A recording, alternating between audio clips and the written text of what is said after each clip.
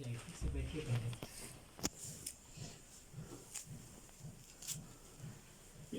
यस्यानन्दतरङ्गशेखरसमा स्वादेन देवाः समे आनन्दाब्धिविगाहनं विदधते लोकाश्च मोदान्विताः। सत्ये सहसै सद्गुरुर्विजयते कारुण्यलीलाधरो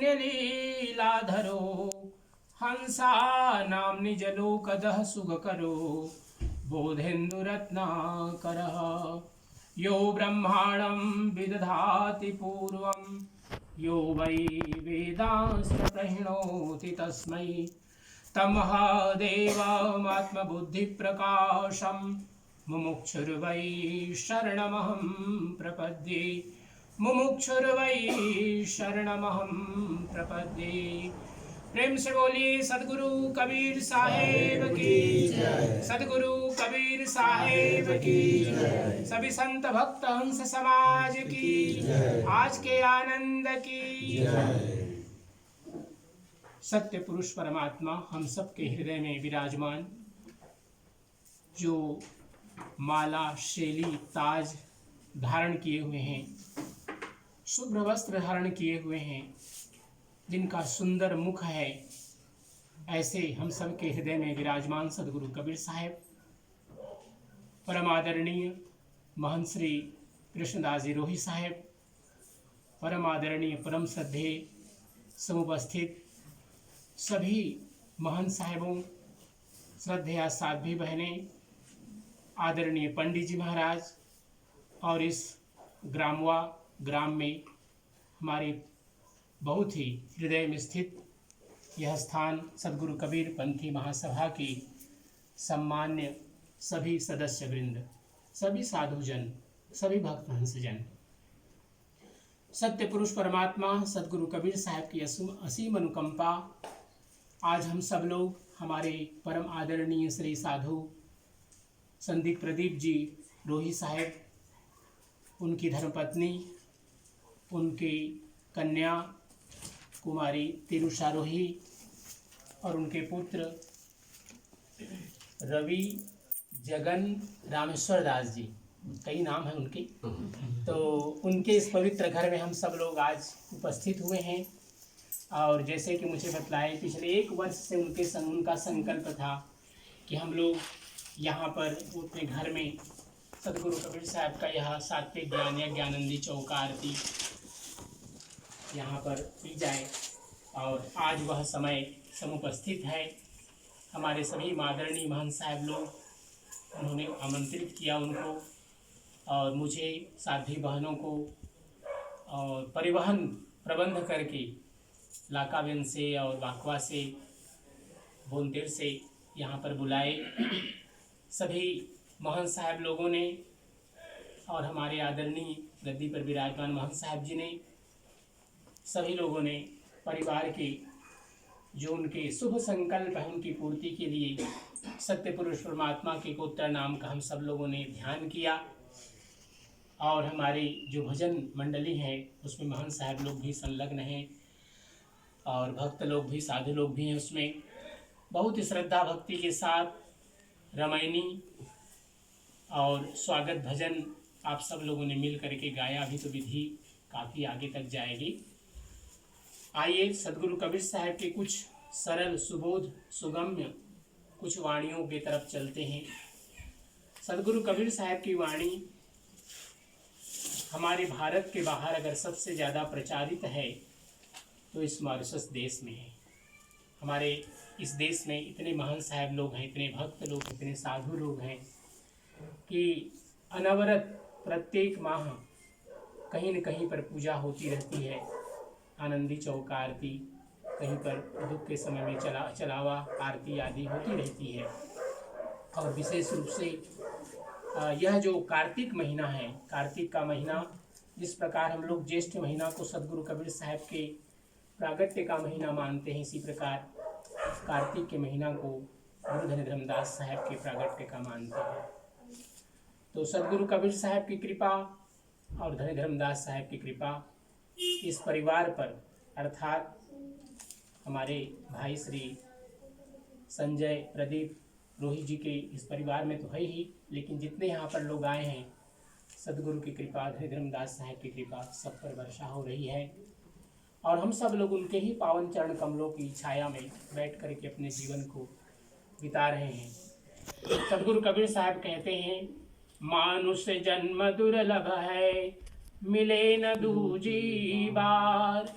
मानुष जन्म दुर्लभ है, मिले न दूजी बार। पक्का फल जो गिर पड़ा, बहुरिन लागे डार। प्रेम से बोलिए सदगुरु कबीर साहेब की जय। सदगुरु कबीर साहब की वाणियाँ सुनने में और कहने में बहुत सरल लगती हैं, लेकिन इतनी गंभीर बात अपनी 2 लाइन में, 2 पंक्तियों में साहब कहते हैं, मानुष जन्म दुर्लभ है। दुर्लभ क्यों है? क्योंकि इस दुनिया में इस समय बिलियंस लोग हैं और देखने में सभी लोग मनुष्य लगते हैं। रंग भले ही सांवला हो, गोरा हो, अर्ध गोरा हो, अर्ध सांवला हो, लेकिन मनुष्य की जो आकृति है देखने में सभी लोग लगते हैं। लेकिन जब सदगुरु कबीर साहब इस शब्द को कह रहे हैं कि मानुष जन्म दुर्लभ है, तो वह कुछ विशेष बात को लेकर के कह रहे हैं। क्यों कह रहे हैं? क्योंकि सदगुरु कबीर साहब जब भी बात करते हैं तो किसको कहते हैं?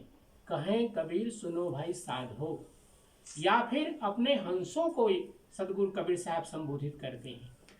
तो हंस कौन है और साधु कौन है? क्योंकि साधु हर व्यक्ति नहीं हो सकता है, हर मनुष्य साधु नहीं हो सकता है। जो साधना के मार्ग में लगा हुआ है वो साधु है। और साधना का मार्ग कैसा?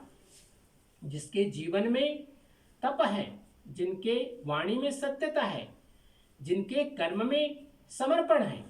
क्योंकि यह जो सदगुरु कबीर साहब की धारा है, जिसको धीरेन्द्रदास साहब को सदगुरु कबीर साहब ने दिया, ये भक्ति की धारा है। भक्ति का यहाँ पर प्राबल्य है, प्रमुखता है, प्रायोरिटी है, और ज्ञान द्वितीय स्थान पर है। इसलिए हम लोग अनुराग सागर, बोध सागर, जो एकादश सागर ग्रंथ हैं, हमारे इस धीरेन्द्रदासी परंपरा में इसका महात्म्य ज़्यादा है। यद्यपि सदगुरु कबीर साहब ने बीजक दिया, शब्दावली दिया, साखी ग्रंथ दिया, हम लोग उसको द्वितीय रूप में रखते हैं। क्यों? क्योंकि वो ज्ञान के ग्रंथ हैं, और ज्ञान का ग्रंथ संतों के लिए, सन्यासियों के लिए, जो दार्शनिक हैं, वैचारिक हैं, जो फिलासफर हैं, जो आत्मचिंतन करते हैं, उनके लिए ज्ञान की आवश्यकता विशेष रूप से होती है।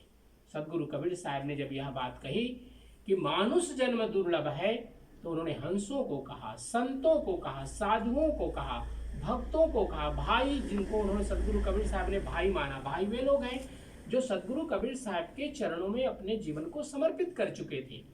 तो उनके लिए सदगुरु कबीर साहब कह रहे हैं कि मानुष जन्म दुर्लभ है। दुर्लभ इसलिए है कि जन्म जन्म मुनि जतन कराही, और अंतराम सुमिरत जही पाही। अर्थात जन्मों जन्मों से, चाहे वो व्यक्ति किसी भी योनि में रहा हो और किसी के भी माध्यम से, जैसे बगल में हमारा कबीर मंदिर है यहाँ पर ग्राम स्थान में, ग्राम में, और वहाँ पर बराबर कुछ न कुछ सत्संग आदि कार्यक्रम, पूजा आदि के कार्यक्रम होते हैं, और मैं समझता हूँ वहाँ पर लाउड स्पीकर आदि भी होंगे, तो उसका उपयोग करते होंगे। तो वो जो लाउड स्पीकर से, या जो हमारी वाणी, अभी आप लोगों ने भजन गाया, तो कितने योनियों के जीवों को सुनने का मौका मिला। हम लोग मनुष्य लोग सुन तो रहे हैं, लेकिन आपके आसपास हो सकता है छिपकली होगी, मच्छर आदि होंगे, गिरगिट होंगे, जो भी जीव इन वाणियों को सुन रहे हैं। इसी प्रकार कहीं शिवाला में यज्ञ आदि होते हैं, हवन आदि होते हैं, नवरात्रि शिवरात्रि के कार्यक्रम होते हैं, तो वो जो वाणी को सुनने का उन योनियों के जीवों को प्राप्त होता है, वे सभी इस मानव जीवन में आने का सौभाग्य प्राप्त करते हैं।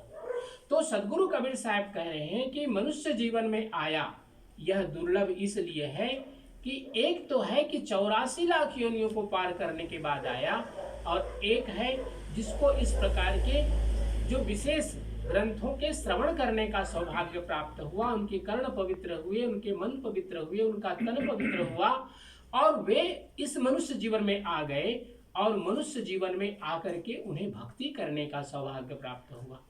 और भक्ति कैसी? अविचल भक्ति। यद करोषि यदर्नासि, यद करोषि तदासि यत्, यत् तपस्यसि कौन्तेय तत्कुरुष्व मदर्पणम्। अर्थात भक्ति का जो स्वरूप हमारे धर्म ग्रंथों में बतलाया गया कि मनुष्य अपने जीवन में मैं को समाप्त करता है, जो कुछ भी करता है परमात्मा को समर्पित करता है। सदगुरु कबीर साहब ने इसलिए कहा कि जब मैं था तब हरि नहीं, जब मैं था तब हरि नहीं, अब हरि है मैं नाही, सकल अंधियारा मिट गया, जब दीपक देखा माही। प्रेम से बोलिए सदगुरु कबीर साहेब की जय। इन वाणियों को हम सब लोग बराबर सुनते हैं, अपने प्रवचनों में स्मरण करते हैं, याद करते हैं, लेकिन इन वाणियों का जो गांभीर्य है, गंभीरता है, उसमें जो एक डिपनेस है, वो कितना सुंदर है। साहब जब कबीर कह रहे हैं कि इनके माध्यम से जब हम भक्ति करते हैं, जहां पर समर्पण है, कंप्लीट सरेंडर, जहां पर कुछ भी मैं नहीं बचता है, जब केवल तू ही तू रह जाता है, यह है भक्ति का स्वरूप। भक्ति निशयनी मुक्ति की संत चढ़े सबदा, जो संत होंगे वही मुक्ति के मार्ग में आएंगे, क्योंकि इसमें जाति वर्ण कुल खोए। जब व्यक्ति अपने जाति के अभिमान को समाप्त करता है, जब अपने वर्ण के अभिमान को समाप्त करता है, जब अपने विद्या बुद्धि बल, अपने सौंदर्य, अपने जितने भी प्रकार के ऐश्वर्य हैं, इन सब के अहंकार को जब समाप्त करके सदगुरु की शरणागति में आता है, परमात्मा की शरणागति में आता है, तो वह भक्ति का सोपान, भक्ति के मार्ग में प्रवेश करता है। और सदगुरु से क्या करते हैं? सदगुरु उसको सद्ज्ञान दे करके भक्ति के मार्ग में प्रवृत्त कराते हैं, उसको अंधश्रद्धा से ज्ञान श्रद्धा में प्रवृत्त कराते हैं। जीवन में जितने भी भ्रम हैं उनको दूर करते हैं। अभी हम सब लोग महान साहब लोग मिल करके हम लोगों ने एकोत्री का ध्यान किया। क्यों किया? क्योंकि भक्त ने हमें बुलाया, जिनके यहाँ जो हमारे आज के यजमान है प्रदीप भाई, उन्होंने हम सब लोगों को बुलाया, साध्वी बहनों को बुलाया, हम सभी संतों को बुलाया, महान साहब लोगों को बुलाया कि आइए हमारे शुभ संकल्प में हमारे लिए आप प्रार्थना करिए। नारियल भी देंगे, नारियल देके भेंट करेंगे। तो नारियल भेंट करने का भी यही है, हम सब लोग नारियल नहीं लाए, लेकिन भक्त अपने तरफ से महान साहब लोगों को नारियल देते हैं कि साहब जी आप हमारे परिवार के सुख समृद्धि के लिए, हमारे अनिष्ट को दूर करने के लिए आप सदगुरु से प्रार्थना करें कि आपकी प्रार्थना शायद सदगुरु तक पहुंचे और हमारे दुख दर्द समाप्त हो जाए। यही तो भाव है उसके पीछे। क्योंकि कुछ भक्त अपने स्वयं नारियल लेकर के आते हैं, वो अपने लिए भी संकल्प लाते हैं कि हे सदगुरुदेव हमारे जीवन में आए हुए अनिष्टों को दूर करें, हमारे शुभ संकल्पों को पूर्ण करें। तो साहब कबीर क्या कहते हैं? मानुष जन्म दुर्लभ है, मिले न दूजी बार। क्योंकि दूजी बार मिलने की जो एक कल्पना है, एक आशा है, यह एक बहुत ही कठिन बात है। यह आशा पूर्ण भी हो सकती है और पूरी नहीं भी हो सकती है। अब की पासा ना पड़े फिर 84 जाए। क्योंकि ये जो द्वार है साधन धाम मुक्ति का द्वारा, ये हमारे संतों ने गाया कि यह जो मनुष्य शरीर है केवल एकमात्र यही साधन है जो हम इस जन्म से फिर पुनर्जन्म के जो हमारी आवृत्ति है उसको हम समाप्त कर सकते हैं। इसका साधन मात्र ये मनुष्य जीवन है। हम सभी लोग मनुष्य जीवन, जैसे मैं कह रहा था, संसार में बिलियंस मनुष्य हैं, लेकिन सभी लोग, जैसे कि भाई रवि जी ने, तिरुषा ने अपने जीवन में सोचा कि हम लोगों ने विद्या अध्ययन किया, माता पिता के आशीर्वाद से पढ़ाई लिखाई किया, अब हमें नौकरी मिल गई। 1 वर्ष से ये प्रतीक्षा कर रहे थे कि ये पूजा हमारे घर में हो, हमारा घर पवित्र हो, हमारे जीवन में जो भी हम लोगों ने प्राप्त किया है वो संचित रहे, हम उसको और आगे तक ले जाएं, अपनी भक्ति को आगे बढ़ाएं। यह सभी मनुष्य जीवन के जीने वाले मनुष्य नहीं कर पाते हैं। तो यह जो मिलता है ज्ञान बुद्धि विवेक वैराग्य कर्म योग के माध्यम से, क्योंकि हम सब लोग कर्म योगी हैं। संसार में रह करके अगर व्यक्ति कर्म नहीं करेगा तो कर्म के ही माध्यम से हम आगे की ओर बढ़ते हैं। लेकिन सदगुरु हमें सत्कर्म और अपकर्म के जो 2 भाग हैं उनके बारे में बताते हैं। क्योंकि सदगुरु के पास में क्या है? उनके पास में अपरा विद्या है। संसार के जितने भी स्कूल कॉलेज विश्वविद्यालय हैं वहां पर हमें क्या पढ़ाई होती है?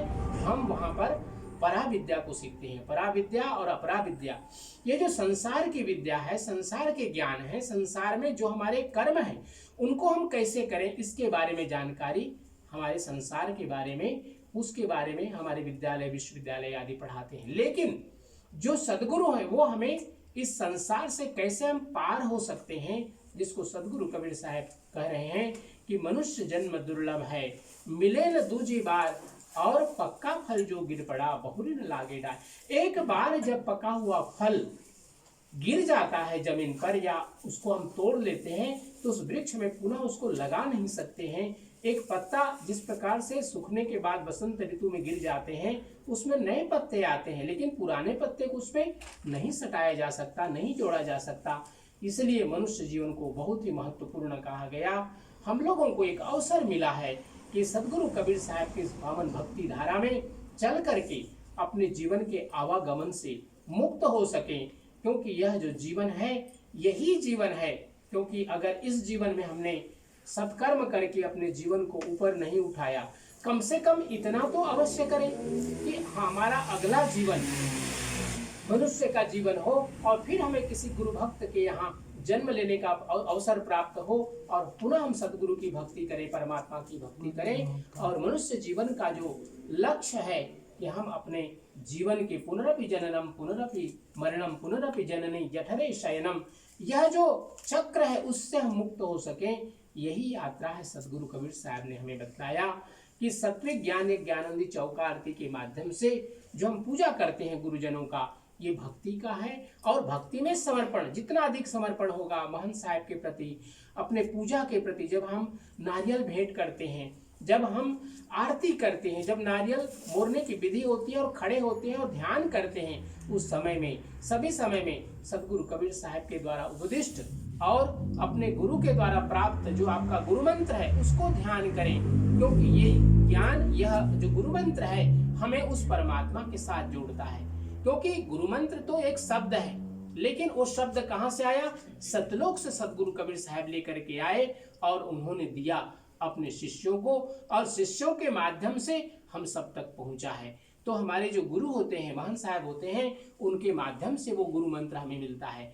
तो गुरु मंत्र क्या है? मुक्ति का बीज है। जिस प्रकार एक बीज को आप लगाते हैं, चाहे किसी भी प्रकार के सब्जी का हो, फल का हो, वृक्ष हो, बीज को लगाते हैं तो उसमें से वो चीज निकलता है जिसका वो बीज होता है। इसी प्रकार मुक्ति का बीज हमारा गुरु मंत्र है। बराबर उसको ध्यान करें पूजा के समय, और ऐसे भी जब आप खाली होते हैं, जब कोई कार्य न करते रहते हैं, ऐसे तो साहब ने कहा प्रत्येक श्वास के मूल्य को समझें, और यही जीवन का रहस्य है जिसको सदगुरु कबीर साहब ने सुगम और सरल ढंग से हम सब लोगों को बार बार समझाया है, बार बार चिताया है। और ये पूजा जब हम लोग आते हैं तो उसको पुनः स्मरण करने का अवसर होता है।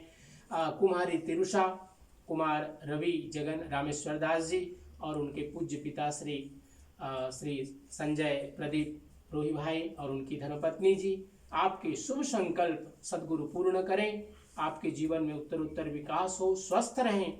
और जितने भी यहाँ पर हमारे आदरणीय महंत साहब लोग आए हैं, संत लोग आए हैं, साध्वी बहनें आई हैं, भक्त लोग आए हैं, आप सबके जीवन में जो शुभ संकल्प है सदगुरु पूरा करें। सदगुरु से यही प्रार्थना करते हुए आइए साहब के पावन नाम का थोड़ा संकीर्तन करेंगे और उसके बाद महंत साहब के कर कमलों द्वारा विधि को आगे बढ़ाई जाएगी। सब लोग मिलके गाते हैं, अपने वाणी को पवित्र करें। सत्यनाम सत्यनाम सत्यनाम बोल, जय करुणामय सत्यनाम बोल। सत्यनाम सत्यनाम सत्यनाम बोल, जय करुणामय सत्यनाम बोल। सत्यनाम सत्यनाम सत्यनाम बोल, जय करुणामय सत्यनाम बोल। सत्यनाम सत्यनाम सत्यनाम बोल, जय करुणामय सत्यनाम बोल।